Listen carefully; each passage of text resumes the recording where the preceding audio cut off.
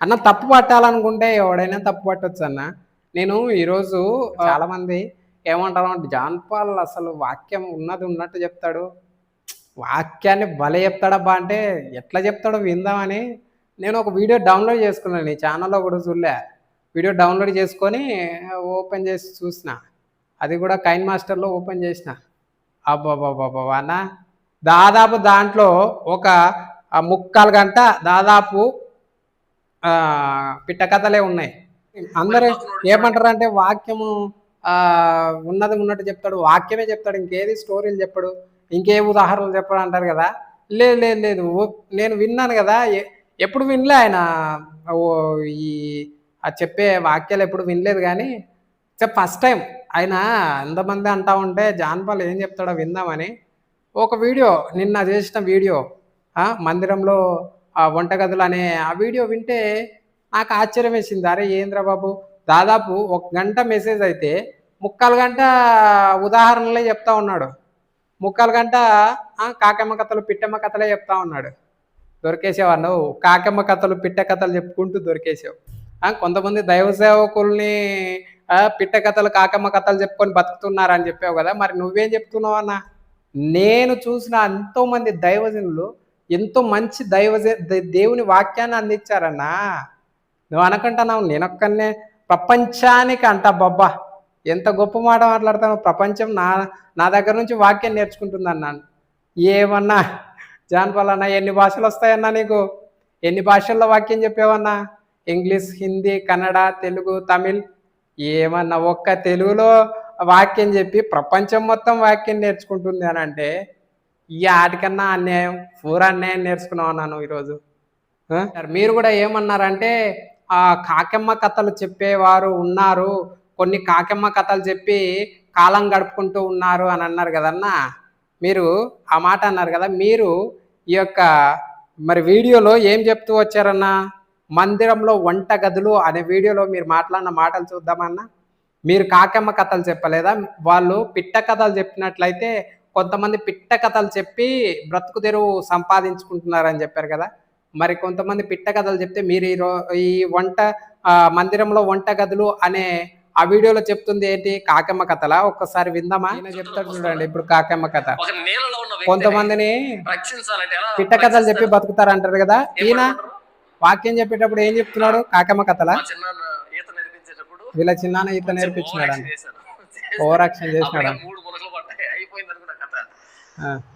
ఇంకా 3 మునకలు అంటే తాగేసాను, ఫుల్ తాగేసాను. నిన్న పెట్టిన వీడియో ఇది ఈ రోజే. అర్థమవుతుంది, పోయేది అర్థమవుతుంది. ఇల్లేవలేదు కదా. ఆయన అక్కడ ఉన్నాడు, నన్ను చూడలే, వేరే వాళ్ళకి నేర్పిస్తుంటే నేను ఇటువైపు దొంగతనంగా దిగాను. నాకు వచ్చిన ఈత అనుకోని. అంటే పైన సొరకాయ కొట్టున్నాడు, నాకు తెలియలేదు సొరకాయ అనుకోని. నేను బాగా ఈతున్నా అనుకున్నా. ఇటువైపు దగ్గరనే దిగిపోతాను లోపలికి. ఇక మునిగిపోయేటప్పటికి చూశాడు మా అన్న, చూశాడు అక్కడ. చూసి నాన్న మణికంటాను కానీ అలా గబగబా వచ్చాడు. గబగబా వచ్చి అలా జుట్టు పట్టుకొని పైకి లేపి ఒడ్డు మీద తీసుకొచ్చి కాలేసి తొక్కితే మొత్తం నీళ్ళ బయటకు వచ్చాయి. జరిగింది. ఈ వాక్యంలో ఉన్నాయన్న. నీళ్ళలో ఉన్న వ్యక్తిని ఎలా రక్షించాలి? జుట్టు పట్టుకొని తీసుకొస్తారు. అప్పుడు నొప్పి పెడుతుందా? అబ్బబ్బా అంటావా? లేదు. అది ఇప్పుడు ఎత్తండి జుట్టు పట్టుకొని బాగా నొప్పి వస్తుంది. మరి కాళ్ళు జుట్టు పట్టుకొని ఎత్తింది దేవుడైతే కదా. కాబట్టి అక్కడ ఏంటంటే ఆయన జుట్టు పట్టుకొని తీసుకొచ్చాడు. ఆత్మస్వరూపుగా తీసుకొని వచ్చాడు. ఆయన ఇలా తీసుకొచ్చి మన తీసుకొని అంటే టూర్ అనమాట. టూర్కి హెలికాప్టర్ కాదు, విమానం కాదు, సాక్షాత్ దేవుడు పట్టుకొచ్చి ఇక్కడ దింపేసి చూడు ఎంత అద్భుతంగా ఉంది మందిరం. మొత్తం అంతా రికార్డ్ చేస్తున్నా. కమాన్ రామర్ల బబులోన్లో వీళ్ళు ఏం చెప్తున్నాడు ఆయన? వాళ్ళ చిన్నానంట అక్కడ దాంట్లో బావిలో ఈయన పోయి ఈత ఈదలాడదామని పోయినాడంట. ఈయనకి ఈత రాదంట. ఈత రాకోకుండానే పోయి దుంకినాడంట. కాదన్నా, ఇప్పుడు అనేక మంది దైవజనులు ఏవో కొన్ని కాకెమ్మ కథలు చెప్పి బతుకుతూ ఉంటారు అంటారు కదా. మరి మీరు చెప్పింది ఏంటన్నా? ఇది వాక్యంలో ఉందా? లేదు కదా. మీరు ఒక ఉదాహరణ తీసుకొని చెప్పారు. దైవజనులు, దేవుడు కూడా ఆఖరికి యేసుక్రీస్తు ప్రభువారు కూడా మరి విత్తువాని ఉపమానం తీసుకొని చెప్తూ వచ్చాడు. కొన్ని ఉపమానాలు, కొన్ని ఉదాహరణలు, మన జీవితంలో జరిగిన యథార్థ సంఘటనలు, కొన్ని స్టోరీస్ తీసుకొని అవి జరిగిన స్టోరీసా, జరగని స్టోరీసా, కొన్ని ఉపమానాలు తీసుకొని చెబుతూ ఉంటాడు. యేసుక్రీస్తు ప్రభువారు కూడా ఆ విధంగా ఉపమానం, విత్తువాని ఉపమానం తీసుకొని చెప్పాడు. అలాగే పెళ్లి కుమార్తెల వివాహం సందర్భంలో ఉన్న ఒక ఉపమానాన్ని తీసుకొని చెప్పాడు. కొంతమంది దైవజనులు కూడా కొన్ని ఉపమానాలు తీసుకొని వారు బోధ చేస్తూ ఉంటారు. కానీ అవి కాకమ్మ కథలు, పిట్టె కథలు అని అంటారే. మీరు చెప్పేది ఏంటి? పిట్టె కథలా, కాకమ్మ కథలా? ఇంకా ఏం మాట్లాడుతున్నాడు చూడండి. అక్రమంగా బ్రతుకుతున్నారే వీళ్ళకి చూపించు. మీరు కనుక మర్యాద బ్రతికితే ఇంత బ్రహ్మాండమైన మందిరాన్ని కట్టిస్తాను. చుట్టూ ఉన్న అటకల క్రింద ఏమున్నాయంట? పొయ్యలు ఉండెను. పొయ్యలు దేనికి? అవి వంటగదులు కాబట్టి, కిచెన్స్ కాబట్టి. మరి కిచెన్ లో అటకలు ఉండదు. మందిరంలో వంటగదుల్లో ఏముంటాయి? మహా అంటే ఆండాలు ఉంటాయి, డెగిషాలు ఉంటాయి, కొన్ని ప్లేట్లు లేదంటే ఇస్తర్లా అట్లాంటివి ఉంటాయి కదా.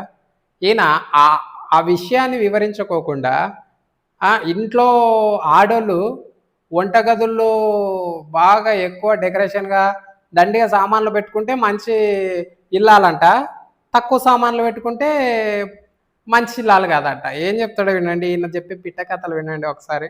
ట్రాలు పెట్టుకుంటాం కదా, ఎందుకు పెడతాం?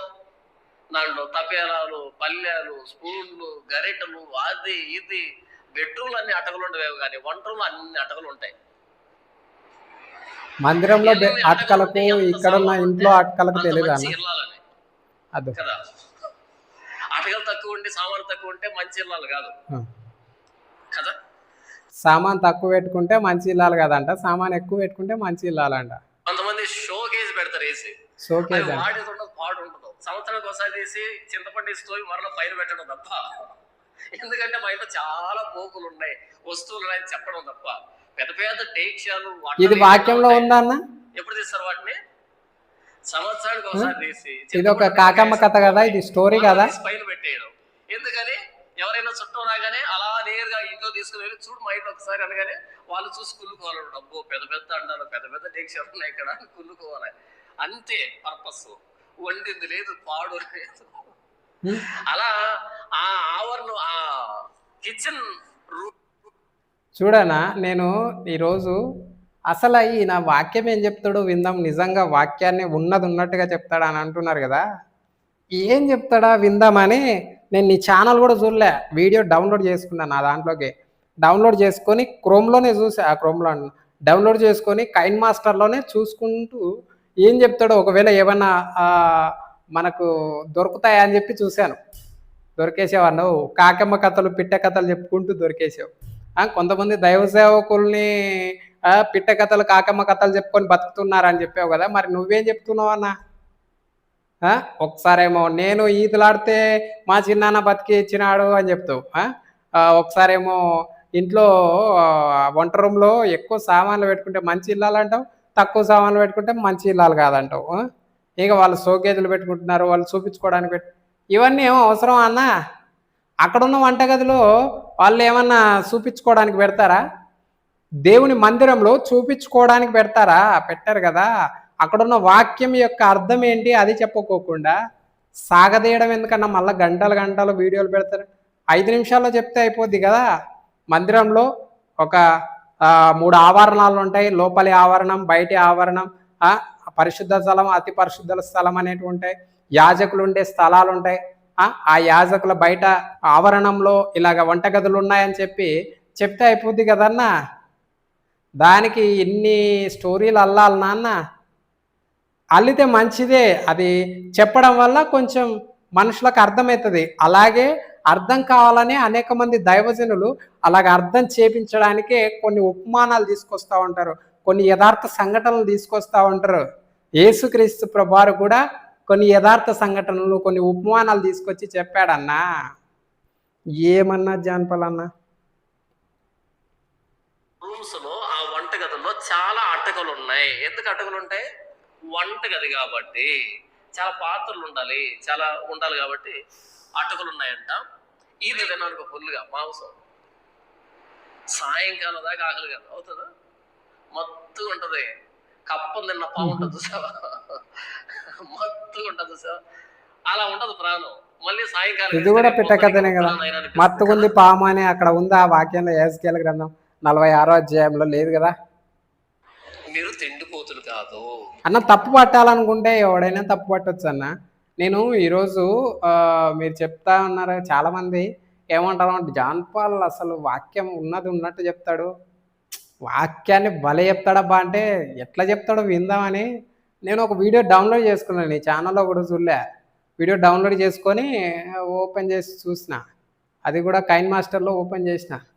అబ్బబ్బబ్బబ్బా! అన్న దాదాపు దాంట్లో ఒక ముక్కాలు గంట దాదాపు పిట్ట కథలే ఉన్నాయి. ఈ ఉదాహరణలే ఉన్నాయి. అది అట్లా చెప్పడం మంచిదే. కానీ నువ్వు వేరే వాళ్ళని అవమానిస్తున్నావే అనేది నా ఆలోచన. అట్లా చెప్పడం వల్ల మనుషులకు, హృదయాలకు, ఆలోచనకు ఆ వాక్యము సరిగా అర్థమవుతుంది. అందుకే కదా సరిగా అర్థం చేపించాలని అనేక మంది దైవజనులు, నేను చూసిన ఎంతోమంది దైవజనులు ఎంతో మంచి దేవుని వాక్యాన్ని అందించారన్నా. నువ్వు అనకంటున్నావు నేనొక్కనే ప్రపంచానికి అంట బబ్బా ఎంత గొప్ప మాట మాట్లాడతాను. ప్రపంచం నా దగ్గర నుంచి వాక్యం నేర్చుకుంటుందన్నాను. ఏమన్నా జాన్ పాల్ అన్న ఎన్ని భాషలు వస్తాయన్నా నీకు? ఎన్ని భాషల్లో వాక్యం చెప్పావన్నా? ఇంగ్లీష్, హిందీ, కన్నడ, తెలుగు, తమిళ్ ఏమన్నా ఒక్క తెలుగులో వాక్యం చెప్పి ప్రపంచం మొత్తం వాక్యం నేర్చుకుంటుంది అని అంటే ఈ ఆటికన్నా అన్యాయం, పూర అన్యాయం నేర్చుకున్నావు అన్నాను ఈరోజు. ఇంకా ఇంకా విందాం. సామెతల్లో సొలొమోను అంటాడు, నీవు తిండిపోతూ అయిన ఎడలా ఏం చేస్తావు? నీ గొంతుకి కత్తి పెట్టుకో అంటాడు. ఇప్పుడు ఎక్కువ శాతం తిండిపోతులే. నువ్వు తినవా అన్న? నువ్వేం అన్నం తినవా? అన్నం తినవా? ఏమన్నా నియంత్రణ ఉండదు, తినడమే. మీరు ఎప్పుడైనా వదిలే మరలా బాధపడతారు. ఎప్పుడైనా మరి ఏదైనా చర్చి మీటింగ్ వెళ్ళామనుకో, ఇది కూడా కాకమ్మ కథనే. చెప్పేటప్పుడు నేను అంత సావధానంగా చెప్తాను కదా, చూడండి చెప్తాను, మీరు కూడా చాలా సావధానంగా వింటారు. భోజనం టైం వచ్చేటప్పుడు మనం చూడాలి, కెమెరా ఆన్ చేసి చూడాలి. ఇది కూడా అక్కడ వాక్యంలో ఏం అవసరం లేదు. కానీ ఒక ఉదాహరణగా చెప్తా ఉన్నాడు. ఎంత కొట్టుకుంటారంటే ప్లేట్ల కోసం, అన్నం కోసం, కూరల కోసం కొట్టుకుంటారంటే బఫే ఏర్పాటు చేయగానే నాకు ముక్కపల్లా, నాకు అది కావాలి, నాకు ఇది కావాలి అరుస్తుంటారు కేకలేసి. ఎందుకు అంత రచ్చ దేనికి? ఏమైంది? ఒక ఐటమ్ తగ్గింది, ఏంటి సమస్య అంటే? ఏమన్నా వాళ్ళు తింటారు, తిన్నిక కూడా మరి ఇబ్బందా? నాకు ఇప్పుడు అర్థమైంది. గొడవకి నీలాగా అందరు కడుపు కాల్చుకోలేరు కదా. కరెక్టే, హాఫ్ నిజం ఇది. గొడవకి ఎక్కడ ఉండాలంట? వెనకాల ఉండాలంట. పక్క వీధిలో కేక వినపడితే మనం ఈ వీధిలో ఉండకూడదు, పరిగెత్తుకుంటే ఇంకో వీధికి. అది క్రైస్తవులను ఎవరినైనా కొట్టినప్పుడు ఈయన అట్లా వెనకాల ఉంటాడు అన్నట్టు, రాడు. మళ్ళా ఎప్పుడో గురునానక అమాసకు ఒకవేళ అవసరమైతే వీడియో పెడతాడు, కానీ లేదంటే వీడియో పెట్టాడు. క్రైస్తవుల మీద ఎక్కడైనా దాడులు జరిగినా కూడా అసలు ఈయన మాట్లాడాడు, అవసరమా అనుకుంటాడు. గొడవలకు వెనకాల ఉండడంట. ఏదో ఒక రోజు నీ దగ్గరకు కూడా వస్తుందని నా గొడవ రాదని అనుకోవద్దు కదా. కానీ మనం గొడవకి తొడదడతాం కదా, తొట్టకూడదు, కొట్టకూడదంట. గొడవకి సై అనకూడదు, గొడవకు పోకూడదు, పోకోకుండా మంచిదే. కాకపోతే ఎదురుగా ప్రమాదం వస్తున్నప్పుడు కొంచెం నోరు విప్పి మాట్లాడడంలో తప్పలేదు కదా. అపోస్తులుడైన పౌలు ఆయన అరెస్ట్ చేసి లోపల పెట్టారు. లోపల పెట్టేంత వరకు ఏమన్నా బయటికి విడిచిపెట్టిన తర్వాత నువ్వు పో అన్నప్పుడు ఇంట్లో పోతాను, అధికారి రావాలా, నేను కూడా రోమ పౌరసత్వం కలిగిన వాడును, రావాలా అన్నాడు. అపోస్తులుడైన పౌలు నోరు మూసుకొని ఊకే పోలే, రావాలా, అతను వచ్చి నాకు క్షమాపణ చెప్పి నన్ను పంపిస్తేనే నేను పోతా. ఏంటి పోతా అని నిలబడుకున్నాడు ఆయన. అట్లే ఆయన గొడవడానికే నిలబడుకున్నాడా, కానీ అడగడానికి నిలబడుకున్నాడు. అడగడంలో తప్పేముంది చెప్పు? మనకు కలిగిన అసౌకర్యాన్ని, మనకు కలిగిన ఇబ్బందిని ప్రశ్నించడంలో తప్పేముంది అంటున్నా నేను. పౌలు ప్రశ్నించాడు కదా, నన్ను ఎట్లా మీరు అరెస్ట్ చేస్తారు, నేను రోమ పౌరసత్వం కలిగిన వాడిని అని నిలబడుకున్నాడు ఆయన. పోలే ఎక్కడ, నువ్వు పోనాయనా ఊరి విడిచిపెట్టు అంటే నేను పోను, అధికారం వచ్చేంత వరకు పోను అన్నాడు. ఏమన్నా గొడవ వెనకాల ఉండాలంట. పంతి భోజనానికి గొడవ ఆడొద్దు, కొట్లాడొద్దు. కొట్లాడమని ఎవడు చెప్పాడు? పోయి కత్తులు తీసుకొని కటారులు తీసుకొని నరుక్కుంటా చంపుకుంటా అని అడగండి. ఎవరైనా ఎందుకు కొడుతున్నారు, ఏంటి, మేమేం తప్పు చేసాం, మేము చేసిన అన్యాయం ఏంటి అని అడగడంలో ప్రశ్నించడంలో తప్పులేదు కదా. అప్పుడు అపోస్తలుడైన పౌలు నన్ను జైల్లో పెట్టినారు, నేను కూడా మిమ్మల్ని జైల్లో ఇస్తా అది ఇది అని అనలే. మీ ఉద్యోగాలు తీసేస్తా. అడగడంలో తప్పులేదు ఎందుకు అని చెప్పి అడిగాడు ఆయన, ప్రశ్నించాడు. ప్రశ్నించడంలో ఏం తప్పు ఉందన్న? నిన్న నేను ఒప్పుకుంది బంతి భోజనానికి ఎప్పుడు ముందు ఉండొద్దు. మన పరువు ప్రతిష్టలు పోయేది అన్నం దగ్గరే, అవునా కదా? వాడి కొట్టించేవాడు ఏమంటాడు తెలుసా? ఇదంతా కాకమ్మ కథలే, పిట్టమ్మ కథలే. కానీ ఈయన సిగ్గు ఎందుకు అన్నాడని సిగ్గులు ఎక్కడ 3 సార్లు విన్నాం అనుకో. చూడు, ఇప్పుడు వాక్యం చెప్పేటప్పుడు తిండి గురించి చెప్తా ఉన్నాడు. వాక్యం చెప్పింది ఏంటి? తిండి విషయంలో నీ గొంతుకు కత్తి పెట్టుకో అని చెప్పాడు కదా. అలాగా మీరు తిండిపోతులుగా ఉండకండి అని చెప్తే సింపుల్ అయిపోద్దిగా. కాదు, ఒక ఉదాహరణ తీసుకున్నావు, చెప్తున్నావు, మంచిదే. అందరు కూడా అలాగే ఉదాహరణలు తీసుకొని చెప్తారని చెప్పొచ్చు కదా అన్న. వద్దులే, ఇంకా దండిగా ఉంది. ఆవు తిండి తిన్నాడు, వడ్డిస్తా ఉంటే తిన్నాడు ఉంటదంటే 4-5 వరుసలు వేస్తారు, వాళ్ళు తింటూ ఉంటారు కదా. వాళ్ళు వెనకాల కుర్చీ పట్టుకోని ఉండాలి ఇలా. అబ్బే భలే అసహ్యం, నాకు అలా పట్టుకోవాలంటే చాలా సేపు చెప్తాడండి ఇలాగే ఆ స్టోరీ. అందరూ ఏమంటారు అంటే వాక్యము ఉన్నది ఉన్నట్టు చెప్తాడు, వాక్యమే చెప్తాడు, ఇంకేది స్టోరీలు చెప్పడు, ఇంకే ఉదాహరణలు చెప్పడు అంటారు కదా. లేదు లేదు లేదు, నేను విన్నాను కదా, ఎప్పుడు వినలే ఆయన ఈ చెప్పే వాక్యాలు ఎప్పుడు వినలేదు. కానీ ఫస్ట్ టైం ఆయన ఎంతమంది అంటా ఉంటే జాన్పాల్ ఏం చెప్తాడో విందామని ఒక వీడియో, నిన్న చేసిన వీడియో, మందిరంలో వంటగదులు అనే ఆ వీడియో వింటే నాకు ఆశ్చర్యం వేసింది. అరే ఏంద్రా బాబు, దాదాపు 1 గంట మెసేజ్ అయితే 3/4 గంట ఉదాహరణలే చెప్తా ఉన్నాడు, 3/4 గంట కాకమ్మ కథలు పిట్టమ్మ కథలే చెప్తా ఉన్నాడు. అందరూ అంతే కదన్నా. అంటే నేను మిమ్మల్ని తప్పు పడట్లేదు, మీరు మళ్ళీ ఈ విషయంలో తప్పుగా అనుకోవద్దండి. నేనేమంటున్నానంటే ఉదాహరణలు, ఉపమానాలు అనేటివి క్రైస్తవ సమాజానికి అర్థం చేసుకోవడానికి, క్రైస్తవ సమాజమే కాదు ఎవరైనా కానీ అర్థం చేసుకోవడానికి ఒక ఉదాహరణ తీసుకుంటారు, ఉపమానాలు తీసుకుంటారు. ఒక మంచిది అర్థం చేసుకొని జ్ఞానం పెంచుకోవడానికి. అంతేగాని మీరు దాన్ని తప్పు పట్టడం అన్నది మంచిది కాదనేది నా అభిప్రాయం. ఇంకా వినండి, కట్ చేశాను, అది ఎక్కువసేపు అయిపోద్దని. నేను అక్కడ ఉండను, అక్కడి నుంచి బయలుదేరి వచ్చి ఎక్కడైనా హోటల్లో లక్షణంగా ఇంటికి వస్తారు. వద్దు స్వామి, అవమానం వద్దు, 150 రూపాయలు ఇస్తాను, 200 ఇస్తాను. ఇక్కడ కూడా అదే చికెన్ పెడతారు, ఇక్కడ కూడా అదే మాంసం, అదే వంట గురించే చెప్పాడు, చాలా సేపు చెప్పాడు. చివరికి వాడు లేస్తాడో, వాడు లేచినప్పుడు ఎలా చూడాలి మనం? తొందరగా లేని చూస్తుంటారు, వాడు పాపం ప్రశాంతంగా తినలేదు. అంత ఏమైనా కూర్చున్న తర్వాత ఒక ముసలాడు చంద్ర బాబు మా మనవరాలు కూర్చొని కొంచెం లేస్తావా అంటాడు. ఏం చేయాలప్పుడు మనం? మరలా లేచి ఇంకో దగ్గరికి వెళ్ళి కుర్చీ పట్టుతాను. వద్దు, బంతులు ఎప్పుడు ముందుంటండి.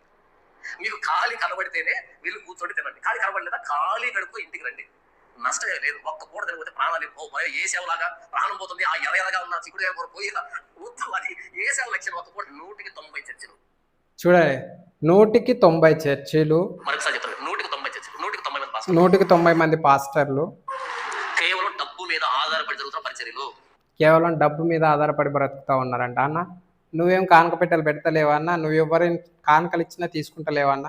నువ్వు కూడా కానుకలు ఇస్తే తీసుకుంటా ఉంటావు కదన్నా. నువ్వు తీసుకుంటూ అవతలని మాట్లాడడం కరెక్టేనంటావా అన్న? ఒకసారి ఆలోచించన్నా. ఎందుకన్నా ప్రతి దైవజనుని అలాగా హీనంగా నీచంగా చేసి మాట్లాడడం అన్నా? ఖచ్చితంగా దేవునికి లెక్క చెప్తావు. ఆ విషయం అయితే నేను నా హృదయపూర్వకంగా చెప్తా ఉన్నాను. దేవుని ఎదుట నువ్వు ఖచ్చితంగా లెక్క అప్పగించవలసిన వాడవై ఉన్నావు. సువార్త ప్రకటన లేదు అని చెప్తూ ఉన్నావు కదన్నా. ఎంతమంది దైవజనులు ఎంత సువార్త ప్రకటిస్తూ ఉన్నారో నీకు తెలుసా అన్న? వ్యక్తిగతంగా నువ్వు తెలియదు కానీ ఎంతోమంది సంఘాలుగా వ్యక్తిగతంగా నేను చూస్తూ వచ్చాను. నా దైవజనులు, మా సేవకులు ఎంతోమంది వ్యక్తిగతంగా సంఘంగా ఎన్నో వారం సువార్తలు చేసే వాళ్ళు ఉన్నారన్న. ప్రతిరోజు సువార్త చేసే వాళ్ళు ఉన్నారన్న. ఏమన్నా ఓకే, నీకు ఆన్లైన్లో కనపడకపోతే ఆన్లైన్లో చేసేది మాత్రమే సేవ అనుకుంటూ ఉన్నావు. ఆన్లైన్లో కనపడకోకుండా చేసే సేవ చాలా ఉందన్నా.